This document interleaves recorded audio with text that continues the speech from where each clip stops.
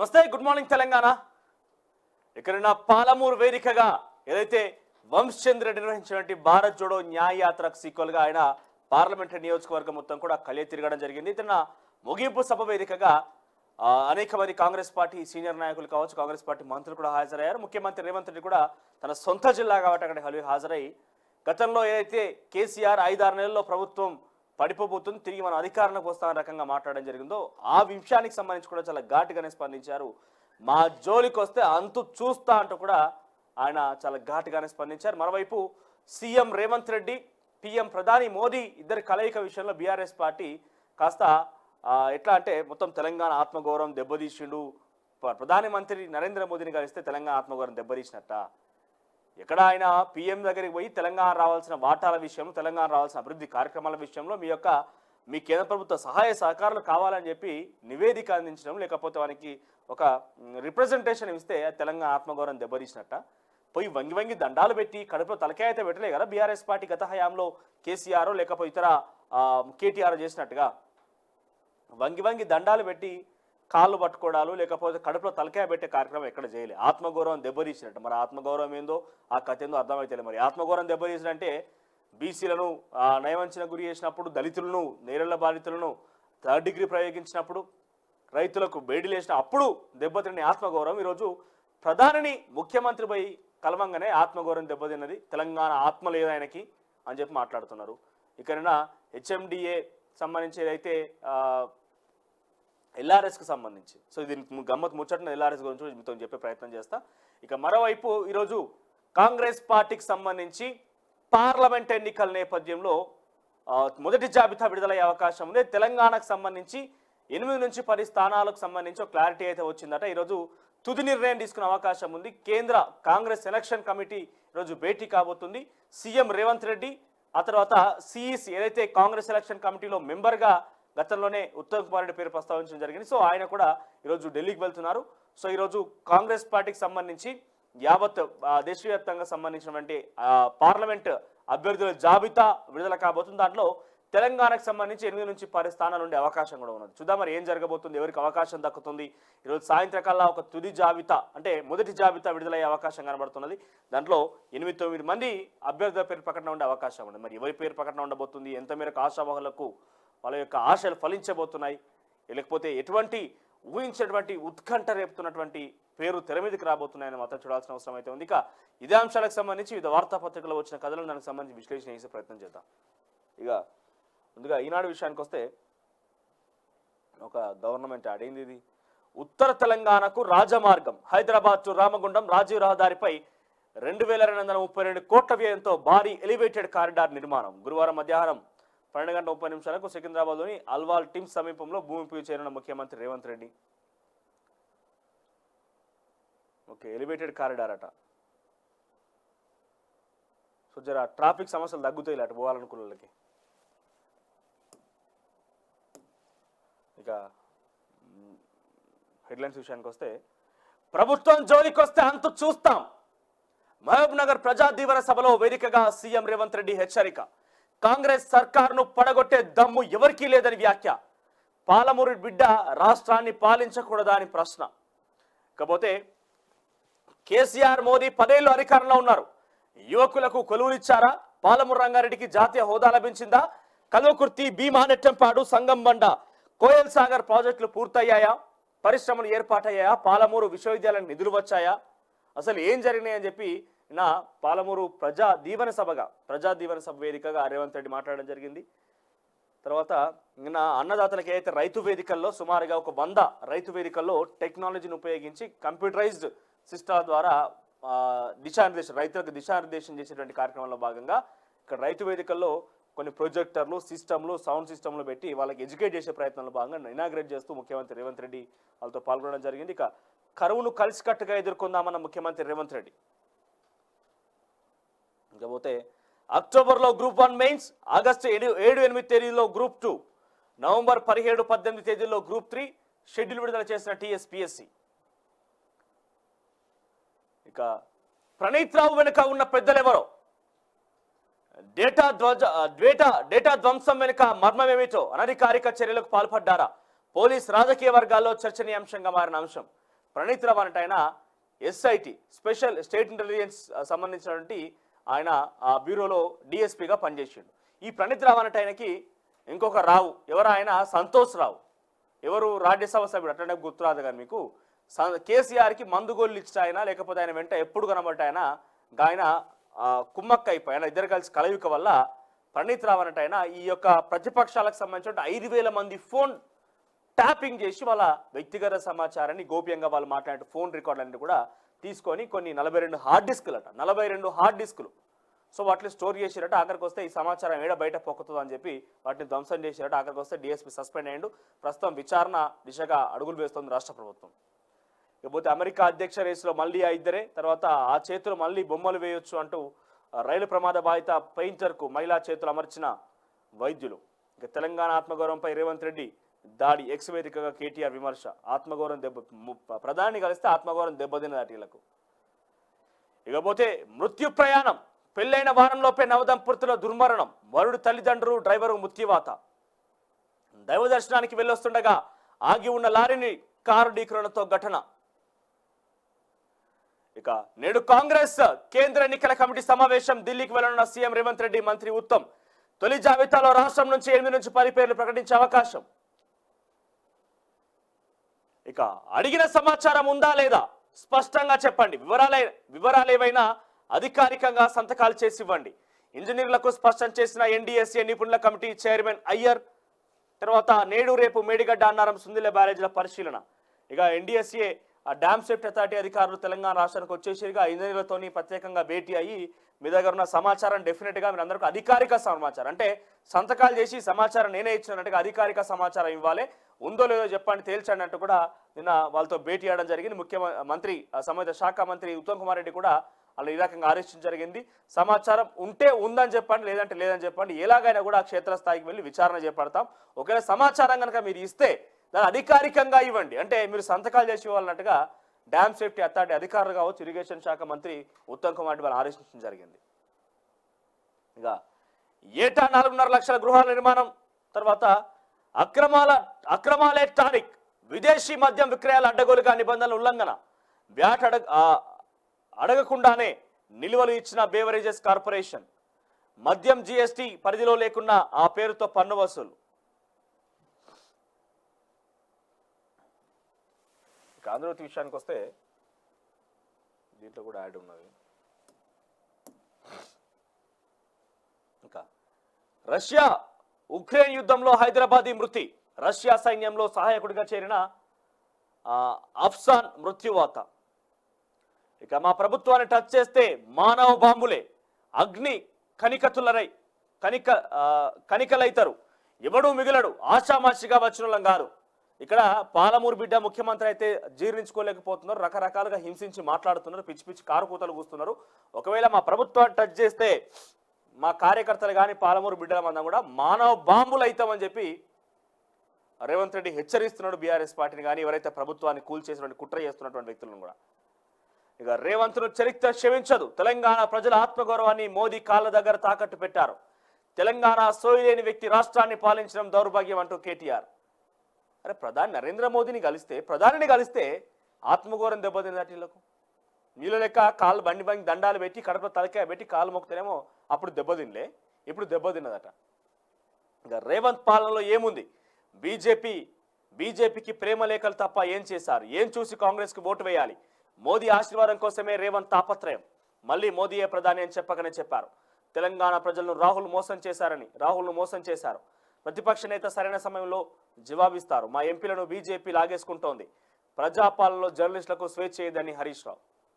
ప్రజాపాలన జర్నలిస్టులకు స్వేచ్ఛ చేయదట, అంటే ఒకరిని పిచ్చి పిచ్చిగా కారు కూతలు కూసి ఏది పడితే అది మాట్లాడితే ఊకుంట్రా. ఇక ఎల్ఆర్ఎస్ పై బీఆర్ఎస్ ధర్నాలు, పథకాన్ని ఉచితంగా అమలు చేయాలి డిమాండ్. జిల్లా కేంద్రాల్లో మున్సిపల్ ఆఫీసులు నిరసన హామీ ఇచ్చి మాట మారుస్తారా బీఆర్ఎస్ నేతల ఫైర్. పోతే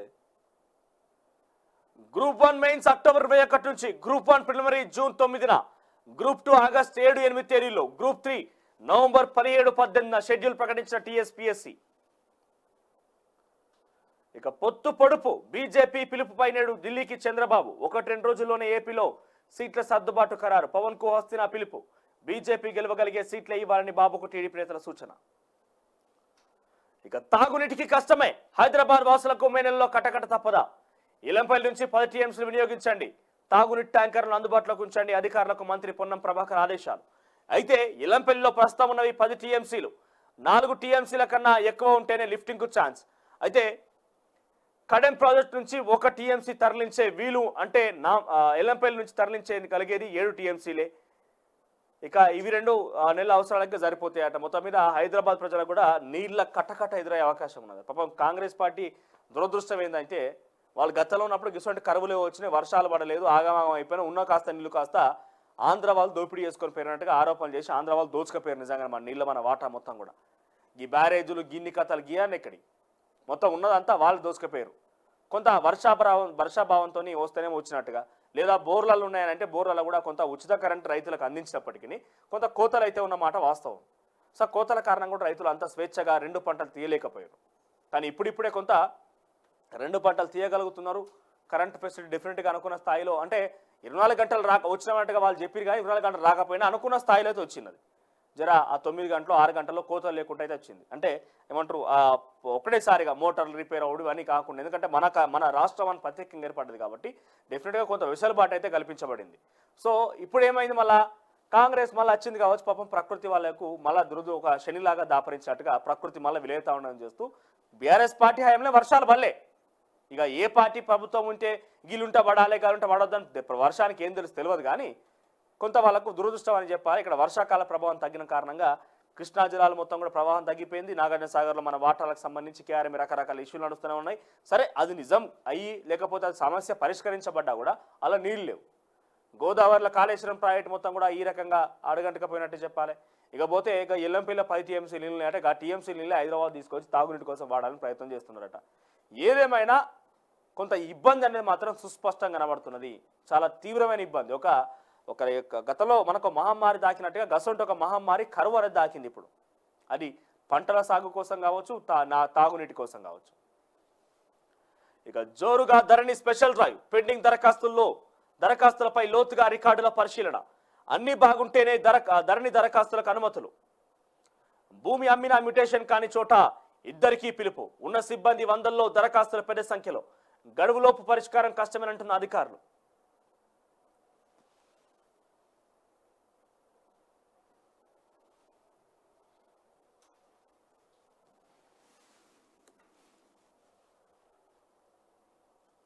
తర్వాత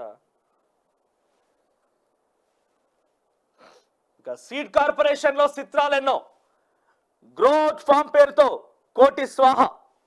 ప్రస్తుతం అక్కడున్నది ముళ్ళ కంపలే. సీడ్ బౌల్ ఆఫ్ ఇండియా అన్నారు. గతంలో ఉన్న ఉత్పత్తిని తగ్గించేశారు. కొత్త వంగడాలను కొత్త విధానాలు ఉత్పత్తి లేదు. కార్పొరేషన్ ఎండి సర్టిఫికేషన్ పదవుల్లో 9 ఏళ్లుగా కొనసాగుతున్న కేశవులు. ఈ కాలంలో 28 విదేశీ పర్యటనలు. ఇస్టా కాంగ్రెస్ నిర్వహణలోను గోల్మాల్. అవుట్ సోర్సింగ్ సిబ్బందితో ఆర్డర్లీ పనులు. ఏపీ మాజీ సీఎస్ ఇంట్లో ఒకరి ఊడిగమట. తర్వాత పెళ్ళైన 5 రోజులకి అనంత లోకాలకు తిరుపతికి వెళ్ళినటువంటి హైదరాబాద్ సంబంధించిన నవదంపతులు, వాళ్ళ తల్లిదండ్రులు, ఒక డ్రైవర్ అందరూ కూడా ఒక కార్ యాక్సిడెంట్తో మరణించడం జరిగింది. ఇక సందేశ్ ఖాళీతో టీఎంసీ ఖాళీ. ఈ తుఫాన్ బెంగాల్ అంతటా ఆవరిస్తోంది. నారీశక్తితో పార్టీ పతనం ఖాయమన్న ప్రధాని. రాష్ట్రంలో పేద మహిళలపై అఘాయిత్యాలు, నేరగాళ్లకే మమతా సర్కార్ రక్షణ. అందుకే హైకోర్టు సుప్రీంలో ఎదురు దెబ్బలు. అయినా దోషులను అరెస్టు చేయని వైనం. బారాసాత్ ర్యాలీలో ప్రధాని మోదీ ధ్వజం. కోలకత్తాలో నదీ గర్భ మెట్రోకు శ్రీకారం. అండర్ వాటర్ మెట్రో రైల్ అంటే కింద నది నుంచి కూడా ఒక ఏర్పాట్లు, అంటే నీళ్లు రాకుండా ఏర్పాటు చేసి దానికి వెళ్ళి మెట్రో ఏర్పాటు చేసి అండర్ గ్రౌండ్ మెట్రో అనుకోండి. కదా సుమారుగా 60 కిలోమీటర్ల మేర అండర్ గ్రౌండ్ మెట్రో అటుది. 4.50 లక్షల ఇందిరమ్మ ఇల్లు, 11వ పథకం ప్రారంభం. తర్వాత వెలుగు విషయానికి వస్తే కోల్కతాలో అండర్ వాటర్ మెట్రో. దేశంలోనే తొలిసారిగా అండర్ వాటర్ మెట్రో లైన్ను ప్రధాని మోదీ బుధవారం ప్రారంభించారు. కోల్కతాలో మెట్రోలో భాగంగా 4,960 కోట్లతో హుగ్లీ నదీ గర్భంలో నిర్మించిన 4.8 కిలోమీటర్ల మెట్రో టన్నెల్ లాంచ్ చేశారు. తర్వాత ఎస్ప్లనేడ్ నుంచి హౌరా వరకు ఆయన అండర్ వాటర్ మెట్రోలో ప్రయాణిస్తూ స్కూల్ స్టూడెంట్లతో ముచ్చటించారు. ఇదో స్టంటు. గారికి స్కూల్ పిల్లలు ఎందుకు వస్తారా? ఇనాగ్రేషన్లో స్కూల్ పిల్లల్ని తీసుకుపోయి ఉత్తరం వస్తా అంటే అన్నట్టుగా ఎలక్షన్ కదా వాళ్ళు తను ముచ్చటిస్తూ మాట్లాడుతున్నాడు. ఎట్లుంది ఏముంది ఎట్లా చేసినా మస్తున్నదా లేదా అని అడుగుతున్నాడు వాళ్ళను. ఇక మేడిగడ్డపై సమాచారం దాయొద్దు, ఎన్డీఎస్ఏ కమిటీకి అన్ని డాక్యుమెంట్లు ఇవ్వండి లేదంటే కఠిన చర్యలు తప్పవు. అధికారులకు మంత్రి ఉత్తమ్ హెచ్చరిక. జలసౌదులో కమిటీ సభ్యులతో మీటింగ్. బ్యారేజ్ పనికొస్తుందో లేదో తేల్చండి, వీళ్ళంత త్వరగా మధ్యంతర రిపోర్ట్ ఇవ్వండి. నిర్మాణ సంస్థ లోపాలుంటే చర్యలు తీసుకుంటామని వెల్లడి. ఇవాళ రేపు 3 బ్యారేజ్లను పరిశీలించనున్న కమిటీ. రాష్ట్రాభివృద్ధికి సహకరించకుంటే మోదీనైనా ఉతుకుతాం. ఎస్కో, రాష్ట్రాభివృద్ధికి సహకరించకుంటే మోదీనైనా ఉతుకుతాం. ప్రధానమంత్రికి సీఎం హోదాలో సమస్యల్ని చెప్పుడు తప్ప మా ప్రభుత్వాన్ని పడగొడతామంటే పేగులు తీసి మెడలేసుకుంటాం. గట్టిగానే ఇస్తున్నాడు కౌంటర్. పేగులు తీసి మెడలే ఇటువంటి ముఖ్యమంత్రి హోదాలో ఇటువంటి మాటలు మాట్లాడడం సరైన పద్ధతి కాదు. అది ఒక ఇన్ని రోజులు అంటే ఒక పీసీ అధ్యక్షుడిగా బీఆర్ఎస్ పార్టీనో బీజేపీనో పొట్టు ఏకపారేసిన సరే, కానీ ముఖ్యమంత్రి అయినాక కూడా ఒక హుందాగా మెయింటైన్ చేయాలి. మీతో ఏమైందంటే లైట్ తీసుకోవాలి. కానీ వాళ్ళన్న ప్రతి మాటకు స్పందిస్తే ఏమైంది తెలుసా, మనకు సపోర్ట్లు వస్తాయి కావచ్చు, కానీ జర ముఖ్యమంత్రి ఈ రకంగా మాట్లాడుతున్న ఒక నినాదం ప్రజల్లోకి చాలా బలంగా పోతుంది. ఇతర ప్రాంతాల్లో కూడా ఇప్పుడు ముఖ్యమంత్రిగా మీరు మాట్లాడుతున్నారు కాబట్టి ఒక నేషనల్ ఇష్యూ అవుతుంది. పేగులు వీక్తాం, ఉతుకుతాం, ఆరేత్తాం. జర ఇగరన్నా వాళ్ళ సంస్కృతిని మార్చుకొని రేవంత్ రెడ్డి సంస్కృతిని ఇంప్లిమెంట్ చేస్తే బెటర్. అంటే జర మీరు ఇప్పటికీ అన్నారు ప్రజాపాలన అన్నారు. ప్రజాపాలన ఏముండాలి, ప్రజలకు హేతుబద్ధమైనటువంటి కొన్ని ప్రజలకు గతంలో లాగా ఇష్టం వచ్చినట్టుగా ఈ భాషలు మాట్లాడాలి, అది కొనసాగిస్తే డెఫినెట్గా ఇబ్బంది, అంటే కొంత మీకు ఆయనకు తేడా లేకుండా పోతుంది. కాబట్టి ఆయన ఎట్లా స్పందిస్తే ఆయన రకంగా ఈ భాషతో మీరు కనుక స్పందిస్తే డెఫినెట్గా మీరు ఆయన ఇద్దరు కూడా సరి సమానం అన్నట్టుగా ఒక నినాదం పోతుంది. ఇక అమేథీ నుంచి రాహుల్, రాయ్బరేలీ నుంచి ప్రియాంక. వచ్చే పార్లమెంట్ ఎన్నికల్లో కాంగ్రెస్ జాతీయ నేత రాహుల్ గాంధీ ఉత్తరప్రదేశ్లోని అమేథీ నుంచి పోటీ చేయనున్నారు. రాహుల్ సోదరి ప్రియాంక రాయ్బరేలీ నుంచి బరిలోకి దిగనున్నట్లు పార్టీ వర్గాలు వెల్లడించాయి. ఇక అధ్యక్ష అభ్యర్థిత్వ రేసు నుంచి Nikki Haley out. Republican party అధ్యక్ష అభ్యర్థిత్వ రేసు నుంచి తప్పుకుంటున్నట్టు నిక్కీ హేలీ బుధవారం ప్రకటించారు. మంగళవారం నాటి సూపర్ ట్యూస్డే ప్రైమరీస్ ఎన్నికల్లో తను ఓడిపోవడంతో ఈ నిర్ణయం తీసుకున్నారు. ఇక యాక్సిడెంట్లో 5గురు మృతి. ఇక ఆగస్టు 7-8 తేదీన గ్రూప్ 2, అక్టోబర్ 21 నుంచి గ్రూప్ 1 మెయిన్స్. తర్వాత తప్పుడు లెక్కలతో ఖజానాకు టానిక్ చిల్లు. వ్యాట్ ఎంతేస్తున్నారు, సర్కార్కి ఇచ్చిందని తన లెక్కలు లేవు. జీఎస్టీలో లిక్కర్ లేకున్నా బిల్లులు వసూలు. ఎలైట్ వైన్ షాపులకు బార్లుగా మార్చేసిండ్రు. అన్నిటికీ 11 వరకే పర్మిషన్, కానీ టానిక్ మాత్రం 12 దాకా. బీఆర్ఎస్ ఎమ్మెల్సీ ఎంపీ చేతిలో ఉన్నట్టు గుర్తింపు. ఇకపోతే సీఎం రేవంత్ను మా ఎమ్మెల్యేలు కలవడంలో తప్పేం లేదు, నియోజకవర్గ సమస్యలపై కలిశారేమో అన్న హరీష్ రావు. మరి మీ ఎమ్మెల్యేలు కలుస్తారేమో ముఖ్యమంత్రి రేవంత్ రెడ్డిని, బీఆర్ఎస్ పార్టీ ఎమ్మెల్యేలు కలుస్తారేమో సమస్యల కోసం కలిసినట్టు. కానీ ఒక ముఖ్యమంత్రిగా రేవంత్ రెడ్డి ప్రధానమంత్రి నరేంద్ర మోదీని కలిస్తే మన తెలంగాణ ఆత్మగౌరవం దెబ్బతినది. ఈ ముచ్చటతో ఏమంటారు మీ కుటుంబంలో ఉన్నటువంటి వ్యక్తి కేటీఆర్గా ముచ్చట చెప్పు, తప్పేం కాదురా భయ్, ఇది మంచిది కాదు పద్ధతి, ఇట్లా మాట్లాడదని చెప్పి ఆయనకి జర హితబోధ చేయి హరీష్ గారు మీరైనా. అరే ఇప్పుడు మీ ఎమ్మెల్యే కలిసి తప్పు కాదన్నప్పుడు మీరు బీఆర్ఎస్ పార్టీ ఎమ్మెల్యేలు కలిసి రేవంత్ రెడ్డి కలిస్తే అభివృద్ధి కోసం కలుస్తున్నారేమో అని చెప్తున్నారు కదా మీరు. నియోజకవర్గ సమస్యలపై కలిసారేమో, తెలంగాణ రాష్ట్ర సమస్యలపై ప్రధాని దగ్గరికి పోయి రేవంత్ రెడ్డి కలిస్తే తప్పేమున్నది? ఆత్మగౌరవం దెబ్బతీసినట్టు ఎట్లయితుంది? ఆత్మగౌరవం దెబ్బతీయబడ్డదని చెప్పి కేటీఆర్ ఏది పడుతుంది మాట్లాడుతున్నాడు కదా, జర నువ్వన చెప్పు. ఇక 100 రోజుల్లో దిగిపోయే మోదీకి ప్రాపకం కోసం రేవంత్ పాకులాడుతున్నాడు. మోదీని బడేబాయ్ అనడం దేశానికి సంకేతం. ప్రజలతో పాటు కాంగ్రెస్ను మోసం చేస్తున్నాడు. ఇంకా బడేబాయ్ అన్నాడు ఎవరు, రేవంత్ రెడ్డి బడేబాయ్ అన్నాడు. గతంలో ఎప్పుడు మిషన్ భగీరథ కార్యక్రమానికి ఇనాగ్రేషన్లా సిద్దిపేట వేదికగా నరేంద్ర మోదీ కేసీఆర్ ఒకే వేదికను పంచుకొని నరేంద్ర మోదీని ఆహ్వానించి ముఖ్య అతిథిగా ఆ కార్యక్రమం ఇనాగ్రేషన్ సమయంలో కేసీఆర్ మాట్లాడిన భాష ఒకసారి మీరు యూట్యూబ్లో కొట్టిన చూడండి ఏమొస్తుందంటే, ఒకవేళ నరేంద్ర మోదీ లేకపోయి ఉంటే ఒక తండ్రిలాగా వ్యవహరించిండు, యావత్ దేశానికి తండ్రిలాగా వ్యవహరించిండు. ఆయన లేకపోయింటే రోజు దేశం ఆగమైపోయేది, మనంతా ఏమైపోయేటోళ్ళమో ఎట్లా అయిపోయేటోళ్ళమో ఆగమయ్యేటోళ్ళం, ఇంత కాపాడుకొచ్చాడు దేశాన్ని చెప్పి ఒక తండ్రి అని సంబోధించింది కదా గతంలో కేసీఆర్. ఒక తండ్రి ఆయన లేకపోతే దేశమే ఆగమైపోతుంది, ఆయన లేకపోతే ప్రపంచమే ఆగమైపోతున్నట్టుగా కేసీఆర్ మాట్లాడింది కదా. మరి అప్పుడేమనుకోవాలి? అప్పుడు ఆత్మగౌరవం దెబ్బతినలేదా? అప్పుడు మీరు కలిసినారు కాబట్టి అప్పుడు ఆత్మగౌరవం దెబ్బతినలేదు, ఇప్పుడు ఆత్మగౌరవం దెబ్బతిన్నదా? ఒక ముఖ్యమంత్రి హోదాలో ఏమైనా మాట్లాడితే అది ముఖ్యమంత్రి హోదాతో మాట్లాడినట్టుగా, ముఖ్యమంత్రి కుర్చీకి విలువనిచ్చి మాట్లాడినట్టుగా. ప్రధాని కుర్చీకి విలువిచ్చినట్టు మాట్లాడినట్టుగా. ప్రజలతో పాటు ఇదేందంటే కేవలం ఎన్నికల స్టంట్. ఏంది బీజేపీ కాంగ్రెస్ కలిసి మమ్మల్ని నటిన ముంచే ప్రయత్నం చేస్తున్నాయని చెప్పి ఒక ఎమోషనల్ రాజకీయాలు తెరలేపి మళ్ళీ ప్రజల్ని గ్యాదరింగ్ చేయాలి. ఏదో ఒక అంశాన్ని వాళ్ళకేం లేదు ముచ్చటిద్దామంటే, వాళ్ళకేం లేదు దాని మీద మాట్లాడదామంటే ఒక గిసంటి ముందు వేసుకుంటే కనీసం వార్తలలో ఉంటాం లేకపోతే ప్రజలలో ఉంటాం అని చెప్పి ఒక ప్రయత్నం లేక బీఆర్ఎస్ పార్టీ చేస్తున్నట్టుగా రాజకీయ విశ్లేషకులు చెప్తున్నారు. ఇక ఈ నెల 12న రాష్ట్రానికి అమిత్ షా ఎల్బీ స్టేడియంలో బూత్ కమిటీ అధ్యక్షులతో సమావేశం. ఇంకా ప్రణీత్ రావుపై క్రిమినల్ కేసు, ఫోన్ ట్యాపింగ్ వ్యవహారంలో చర్యలు తీసుకునేందుకు రంగం సిద్ధం. ఎస్ఐబి లాగర్ రూమ్లో అధికారుల సోదాలు, సర్వర్లు సీజ్. ధ్వంసమైన హార్డ్ డిస్క్లో డేటా రిట్రీవ్ చేసేందుకు ప్రయత్నం. గత ప్రభుత్వ పెద్దలు, ఇంటెలిజెన్స్ మాజీ అధికారులపై పాత్రపై ఆరా. ఇక స్నానం వద్దు, గుడ్డతో తుడుచుకోండి. బెంగళూరులో కొన్ని అపార్ట్మెంట్లలో రూల్స్, నీటి కొరత తీవ్రం. కార్లు కడగొద్దని, పేపర్ ప్లేట్లు వాడాలని పిలుపు. గేటెడ్ కమ్యూనిటీలో రేషన్ పద్ధతిలో నీళ్ల సరఫరాకు నిర్ణయం. రేషన్ పద్ధతి అంటే ఏంది? 2 రోజులకోసారి 3 రోజులకోసారి నీళ్ళు ఇస్తారు ఇళ్ళల్లో. చాలా ఏమంటారు, ఓన్లీ తెలంగాణలోనే కాదు ఎక్కడైనా కూడా ఈసారి ఎల్లినో కారణంగా వర్షా ప్రభావం లేక చాలా వరకు మేజర్ సిటీస్లో కావచ్చు, కొన్ని స్టేట్స్లో ఇప్పటికే నీటి ఎద్దడి స్టార్ట్ అయింది. దాని యొక్క రిఫ్లెక్షన్ కనబడుతున్నది. కార్టూన్ చూద్దాం ఏంది ఇది, అది బ్యాంక్ అట. ఏమైంది? పార్టీలకు వచ్చిన వివరాలు ఇప్పుడు చెప్పలేం. ఎస్బీఐ నీ అకౌంట్ వివరాలు ఇప్పుడు చెప్పలేమయ్యా, 6 ఏళ్ల తర్వాత రా అట. ఎలక్ట్రల్ బాండ్స్ వివరాలు బయట పెట్టమనంటే ఎస్బీఐ బయట పెట్టా అంటుందట. ఇంకా తెలుగు విషయానికి వస్తే, శ్రీవారి దర్శనానికి వెళ్ళొస్తూ ఒకే కుటుంబంలో 5గురు మృతి. నంద్యాలలో ఘోర రోడ్డు ప్రమాదం, ఆగి ఉన్న లారీని ఢీకొట్టిన కారు. మృతులంతా హైదరాబాద్ వాసులే. తర్వాత కాసేపట్లో ప్రీ వెడ్డింగ్ షూట్, ఉరేసుకున్న యువతి. గచ్చిబౌలి పోలీస్ స్టేషన్లో ఘటన, షాక్కు గురైన కుటుంబ సభ్యులు. కాబోయే భర్త కలిసి వచ్చిన తర్వాతే ఘటన. పలు కోణాల్లో దర్యాప్తు చేస్తున్న పోలీసులు. అరే కాసేపట్లో ప్రీ వెడ్డింగ్ షూట్ అనగానే పోయి ఉరేసుకుని చనిపోయిందంట.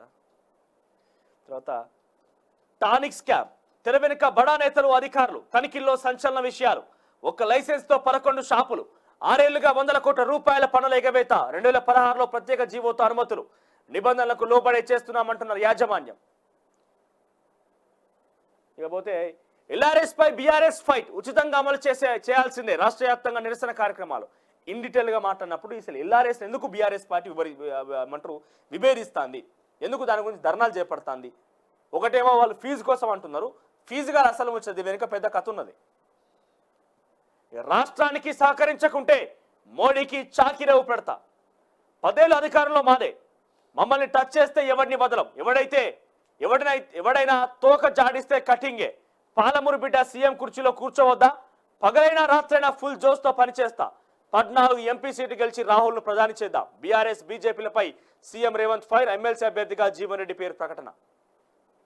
స్థానిక సంస్థల ఎమ్మెల్సీగా కసిరెడ్డి నారాయణ రెడ్డి ఎమ్మెల్సీ నుంచి రాజీనామా చేసి ఎమ్మెల్యే అయింది కాబట్టి ఆ స్థానం ఖాళీ అయింది. అక్కడ మన్నే జీవన్ రెడ్డిని ప్రభుత్వం కాంగ్రెస్ పార్టీ ప్రకటించింది. మొన్ననే జాయిన్ అయ్యింది ఆయన. ఇక రాహుల్కు రేవంత్ వెన్నుపోటు. మోదీకి లవ్ లెటర్ రాసి కాంగ్రెస్ మోసం చేస్తున్నాడు. ఇక 100 రోజుల్లో ఆయన ఏం చేసిండు? 2 లక్షల రుణమాఫీ ఏమైంది?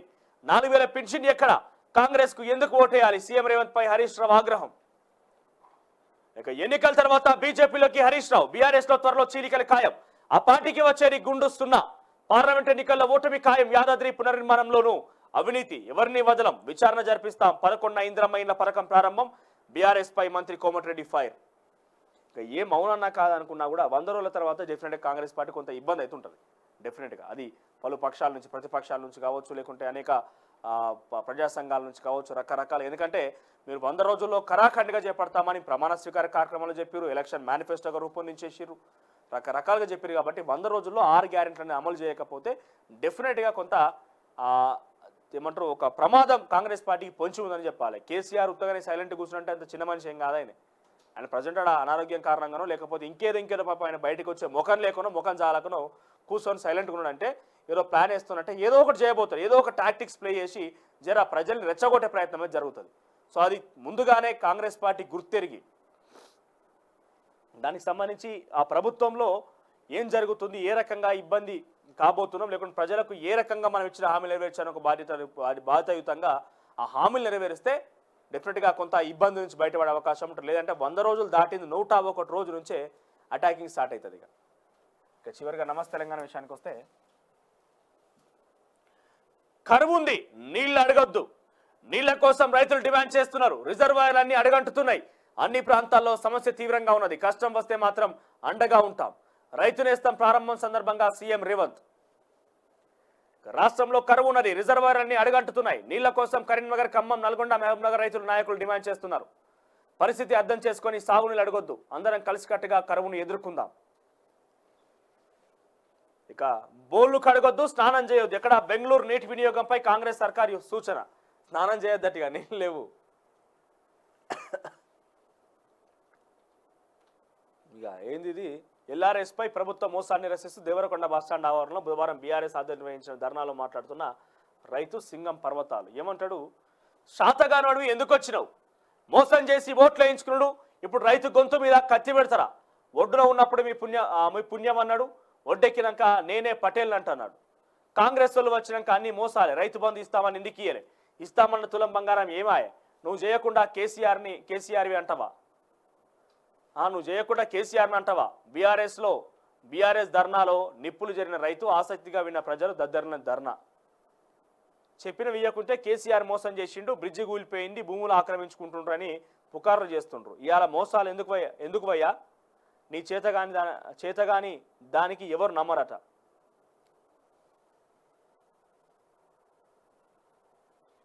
లేకపోతే అక్టోబర్ 21 నుంచి గ్రూప్ 1 మెయిన్, తర్వాత ఎన్నికలు అయ్యాక రాష్ట్రంలో డబుల్ ఇంజన్ సర్కార్, తెలంగాణ ఏక్నాథ్ షిండే ఎవరో త్వరలో తెలుస్తుంది. బీజేపీ ఎంపీ లక్ష్మణ్ వ్యాఖ్యలు. ఏక్నాథ్ షిండే అవుతారట, డబుల్ ఇంజన్ సర్కార్ వస్తుందట ఎన్నికలు అయిపోగానే. ఇక లోన లొంగిపోయి పైకి గాయి. నిన్న ప్రధాని మోదీ ముందు దండాలు, నేడు పాలమూరులో దబాయింపులు. దండాలంటే వంగి దండాలు పెట్టలే. ఒకసారి మీకు చూపిస్తా, ఇక్కడ కీబోర్డ్ వస్తుందా శ్రీకాంత్, ఇది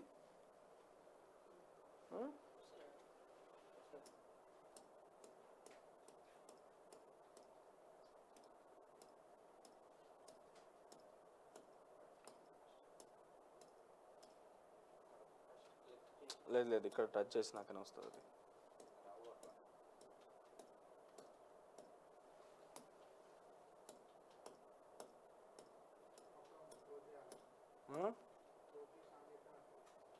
కీబోర్డ్ ఆన్ అయితే లేదు.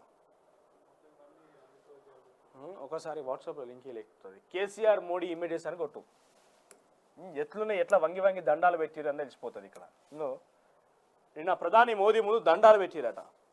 ఒక సీఎంగా ప్రధాని కలిసి తప్పేమున్నది. ఇకపోతే తెలంగాణ సోయిలేనుడు సీఎం, ప్రధానికి నమస్కరించి వినతిస్తే తెలంగాణకు సోయిలేనుడు అన్నట్టు. ఇక మరి గతంలో మీరు వేరు కదా, మరి మీకేం సోయి ఉన్నది, మీరు పోయి ఏమడిగిర్రు, తెలంగాణ రాష్ట్రానికి మాకు రావాల్సిన వాటాలు ఇర్రి, జిఎస్టీలో వాటాలు పంపించిర్రు, ఎన్నికల కంటే ముందు బండి సంజయ్ తొలగించే 2 రోజుల ముందు కదా నువ్వే కలిసి వచ్చిన అమిత్ షాని, మాకు రావాల్సిన వాటాలు ఇర్రి, మాకు రావాల్సిన కథలు ఇర్రి అని చెప్పి మాట్లాడింది మీరే కదా. ఒక 5-6 సంవత్సరాలు కలిసికట్టుగా చట్టాపట్టాలు వేసుకొని నీకు నేను నాకు నువ్వు అని పాటేసుకొని తిరిగింది. ఇక్కడ ఏదేమైనా బీజేపీగా సిద్ధాంతాల పరంగా బీఆర్ఎస్, కాంగ్రెస్ లేకపోతే ఇంకేదో విభేదించేటువంటి విధానాలు ఉండొచ్చు, కానీ ప్రధాని హోదాకి ముఖ్యమంత్రి హోదా ఇద్దరు కూడా మాట్లాడుకోవడంలో తప్పేం లేదు. రాష్ట్రానికి రావాల్సిన వాటాల విషయంలో ప్రధానిని అడగడంలో ఎటువంటి తప్పు లేదు. ఒకసారి కమ్యూనిటీలో పోల్ పెట్టది. ప్రధాని మోదీని రేవంత్ రెడ్డి కలవడాన్ని తప్పుపడుతున్నారా, ఆత్మగౌరవాన్ని దెబ్బతీసినట్ట, తెలంగాణ ఆత్మగౌరవం దెబ్బతీసినట్ట.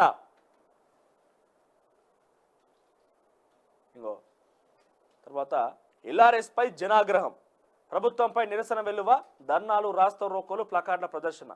ఇలా జనాలు ఎవరు, అంతా టీఆర్ఎస్ కార్యకర్తలు, టీఆర్ఎస్ పార్టీ లీడర్లు, కార్పొరేషన్ చైర్మన్లు, ఎమ్మెల్యేలు, వాళ్ళు తప్ప ఇలా టీఆర్ఎస్ వాళ్ళు ఉన్నారు అంటే జనం ఉన్నారా? జనాలు బయట వెలిపెడుతున్నారట, బయటకు వచ్చి ఎల్ఆర్ఎస్ మీద.